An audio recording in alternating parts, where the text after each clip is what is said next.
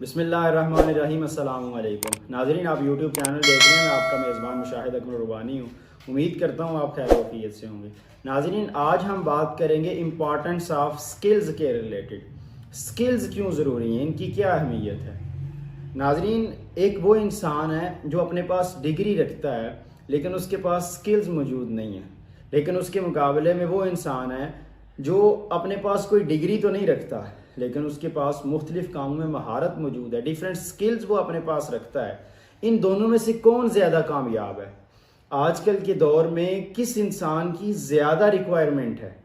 हमारी इंडस्ट्रीज़ के अंदर या हमारे बाकी इदारों के अंदर किस इंसान को ज़्यादा अप्रिशिएट किया जाता है? हमारे आजकल के मुआशरे में किस चीज़ की ज़्यादा ज़रूरत है, डिग्रीज़ की या स्किल्स की? इसके ऊपर हम बात करेंगे।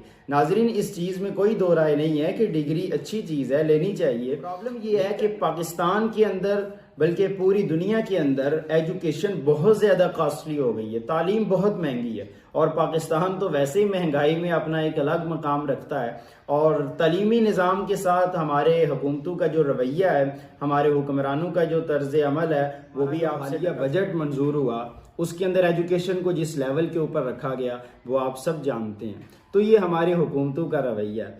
तो मैं जो बात कर रहा था कि प्रॉब्लम ये है कि एक स्टूडेंट जब वो मैट्रिक के बाद 5-6 साल लगा के अपनी ग्रेजुएशन कंप्लीट करता है, या किसी दीनी इदारे के अंदर पढ़ने वाला स्टूडेंट मैट्रिक के बाद 8-10 साल कमोपेश लगाने के बाद शहादतुल आलमी या फिल उलूमुल इस्लामिया वल अरबिया की डिग्री हासिल करता है, उसके बाद जब वो प्रैक्टिकल लाइफ में आता है, वो माशरे में आता है, अपनी प्रैक्टिकल लाइफ में वो आता है, तो उसके पास डिग्री के अलावा कोई स्किल्स मौजूद नहीं होती।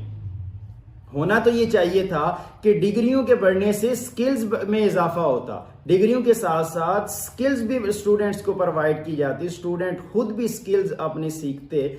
लेकिन इसके उल्ट हो रहा है। बदकिस्मती से पाकिस्तान के अंदर, दीगर भी कई ममालिक के अंदर ऐसे ही है। यूक्रेन की जो यूनिवर्सिटीज हैं, यूक्रेन एक मुल्क है, उसकी जो यूनिवर्सिटीज हैं, वो लोग खुद इंडस्ट्रीज के पास जाते हैं और उनसे जाके पूछते हैं कि आपको कौन सी स्किल्स की जरूरत है, इस वक्त कौन सी स्किल्स वाले अफराद की आपको जरूरत है, आप हमें वो बताएं। हम अपनी यूनिवर्सिटीज के अंदर और कॉलेजेस के अंदर, अपने इदारों के अंदर स्टूडेंट्स को वो वाली स्किल्स प्रोवाइड करते हैं ताकि जब वो अपनी स्टडी कंप्लीट करें तो डिग्री के साथ साथ उनके पास वो स्किल्स भी हों ताकि वो अमली तौर पर सही तरह से काम कर सकें।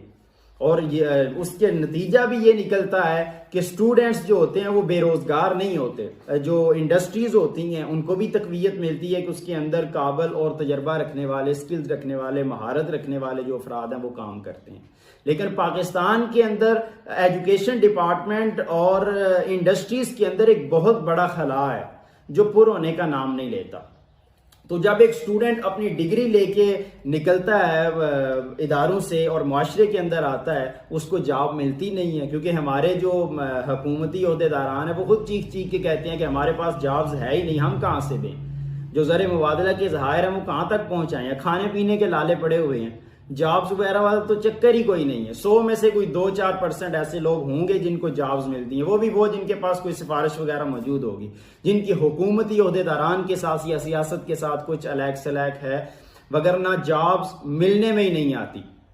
नतीजा क्या होता है कि प्राइवेट सेक्टर के अंदर वो कहीं जाते हैं, उनको 10-15 हज़ार रुपया तनख्वाह मिलेगी ज़्यादा से ज़्यादा। और फिर जो दीनी मदारस के अंदर, दीनी इदारों के अंदर पढ़ने वाले स्टूडेंट हैं, उनके लिए ज़्यादा मुश्किलात होती हैं कि जब वो किसी भी जगह पे सेट नहीं हो सकते, फिर वो मसाजिद का रुख करते हैं, इमामत की तरफ, तदरीस की तरफ आते हैं।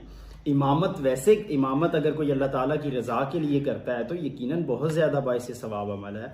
अल्लाह ताला की रज़ा इसके अंदर मकसूद हो, तदरीस करना, इमामत और खिताबत करना बहुत ज़्यादा बाइस सवाब है। लेकिन इसका दूसरा पहलू ये भी है, कई स्टूडेंट ऐसे होते हैं जिनके पास कोई भी स्किल मौजूद नहीं होती, और जब उनको जॉब भी कहीं नहीं मिलती फिर वो इमामत खिताबत को मजबूरी समझ के कबूल कर लेते हैं। और उसका नतीजा फिर ये होता है कि तनख्वाह 10-15 हज़ार, 8-10 हज़ार रुपया एक इमाम की तनख्वाह होती है, ज़्यादा हो तो 15-18 हज़ार हो जाएगी। जब वो किसी भी तरह उसका सेटअप नहीं चलता, फिर गिले शिकवे होते हैं कि आइमा मसाजिद की तनख्वाहें बहुत कम है। मैं वैसे इस बहस में नहीं जाऊंगा कि आइमा मसाजिद की तनख्वाह क्या होनी चाहिए। अगर कोई बंदा अल्लाह की रज़ा के लिए दीन का काम कर रहा है तो यकीनन उसको अच्छा मुआवजा देना चाहिए। लेकिन फिलहाल मैं एक सेल्फ रिस्पेक्ट के तौर पे जो इंसान खुद काम कर सकता है, यानी खुद स्किल्स जो है वो उसने खुद ही सीखनी है, वो किसी और ने नहीं देनी, मैं उस टॉपिक के ऊपर बात कर रहा हूँ। इंशाल्लाह इसको फिर किसी दिन अलग एक टॉपिक रख के इसके ऊपर गुफ्तगू कर लेंगे कि आइमा मसाजिद का जो मुआवजा है वो किस तरह डिसाइड होना चाहिए और कितना होना चाहिए।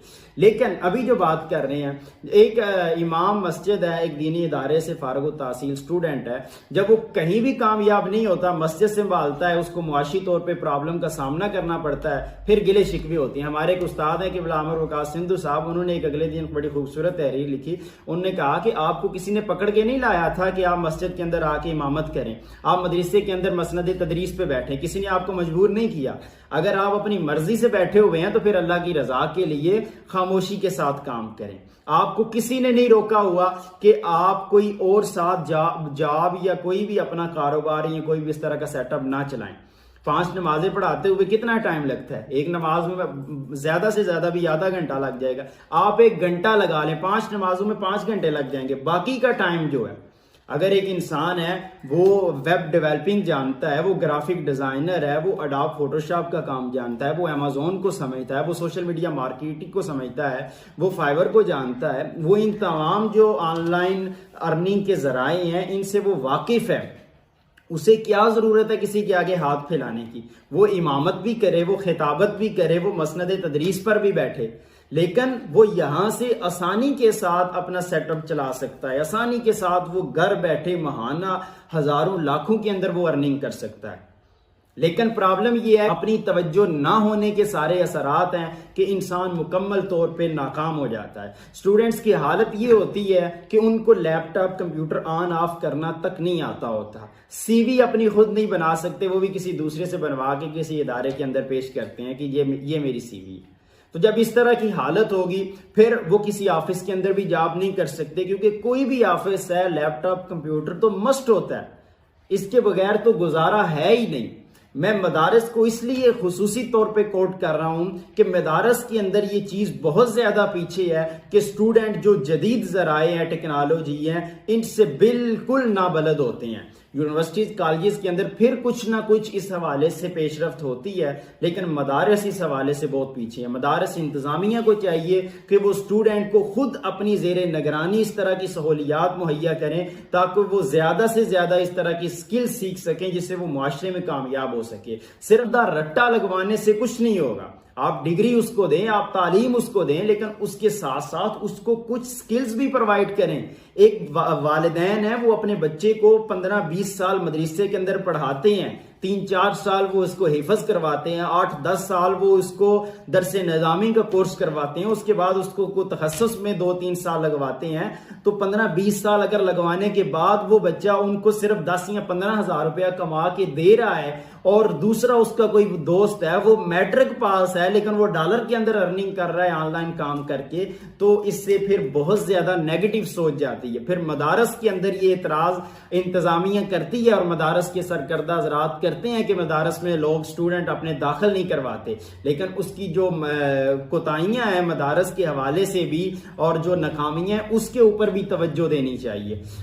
दीनी तालीम और बाकी जो सेटअप है वो बहुत अच्छे हैं, एजुकेशन के हवाले से बहुत अच्छे मामलात हैं, बड़े काबिल असातिज़ा होते हैं जो स्टूडेंट को बहुत अच्छे से तालीम प्रोवाइड करते हैं, बहुत अच्छे से उनको गाइड करते हैं। लेकिन जो ये ऑनलाइन सिस्टम है, ये जो जदीद ज़राए हैं आजकल के टेक्नोलॉजी के रिलेटेड बिलखुसूस, इनको समझने की ज़रूरत है, इनमें स्किल्स हासिल करने की ज़रूरत है, इनमें सही तरह से महारत हासिल करने की तो ज़रूरत है ताकि स्टूडेंट मुआशरे के अंदर जाके सही मानों में कामयाब हो सके। नाज़रीन, ये थी कुछ स्किल्स के रिलेटेड बातें, कुछ हमारे इदारों की कोताहियां। इंशाल्लाह नेक्स्ट हम जो चंद इम्पॉर्टेंट स्किल्स हैं जिनकी मुआशरे में आजकल के दौर में इंसान को ज़रूरत है और जो मुआशरे में कारआमद हैं, जिनका सीखने का इंसान को फ़ायदा हो सकता है, उसके ऊपर इंशाल्लाह नेक्स्ट लेक्चर में हम गुफ्तगू करेंगे। वस्सलामु अलैकुम वरहमतुल्लाहि वबरकातुहू।